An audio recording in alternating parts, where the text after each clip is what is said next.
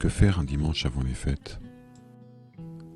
La question me taraude depuis le matin, aussi je décide vers 14 heures d'aller me promener au jardin du Luxembourg. Il n'y a pas beaucoup de monde dans les couloirs du métro. On peut prendre ses aises, sans risque de déranger. À côté de la place Sainte-Opportune, il y a ce curieux magasin spécialisé dans l'extermination des animaux nuisibles. Il est fermé.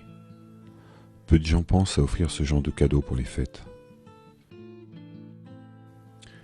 Près du palais de justice, je crois reconnaître quelqu'un, une silhouette. Mais non, ce n'est pas possible. Sur la place Saint-Michel, des touristes photographient la fontaine. Pour donner un peu d'intérêt à leurs clichés, ils font poser un ami.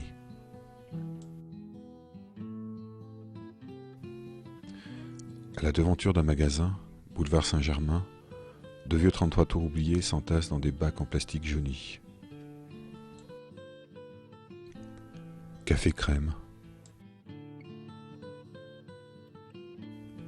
Elle Condor pas ça.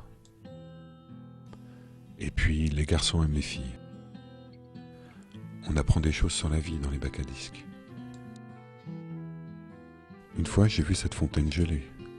C'était il y a bien longtemps. Une exposition de photos s'étale sur les grilles qui entourent le parc. Il y a du monde. Les gens regardent, c'est gratuit. À l'intérieur, en revanche, c'est un peu mort. Quelques hommes seuls qui tuent le temps en lisant un livre dans le froid. Un couple de femmes qui attend l'été en buvant un chocolat chaud.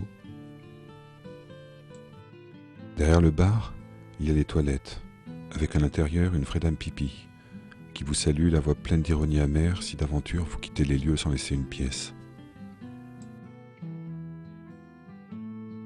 Autour du bassin central, on se prend en photo avec des ustensiles idiots. On s'inquiète du nom des reines en pierre blanchie. En contrebas, deux japonaises se servent d'une poubelle comme d'un pied d'appareil pour être bien sûr de figurer toutes les deux sur la photo. La photo est ratée, la technique n'est pas au point. On a équipé de pics la tête des statues afin que les pigeons ne viennent pas y déposer leurs crottes. Mais les mouettes ne sont pas au courant de cette mesure. Ou du moins feignent-elles de ne pas l'être. Les canards, quant à eux, sont de toute évidence un sujet prisé des photographes parisiens. Les mouettes, moins. Quant aux pigeons, tout le monde s'en fout un peu.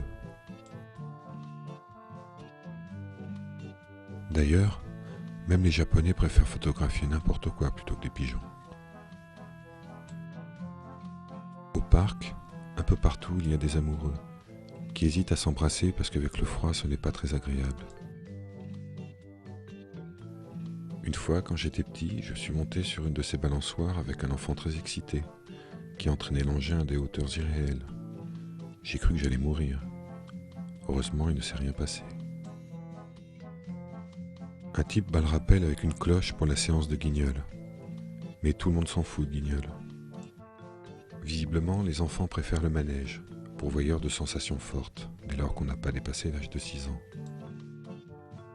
Pour les enfants des catégories socio-professionnelles supérieures, il y a une aire de jeu clôturée.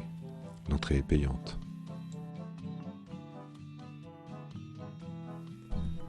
Un peu à l'écart, pour ne pas choquer sans doute, on trouve une statue représentant une sorte de partouze invraisemblable, mettant en scène des dieux grecs ou ce genre de personnages. Les anciens savaient s'amuser.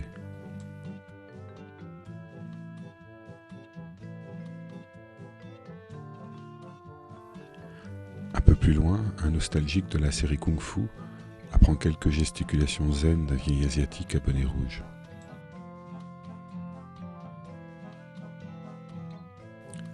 En fait, les sportifs sont plutôt discrets ici.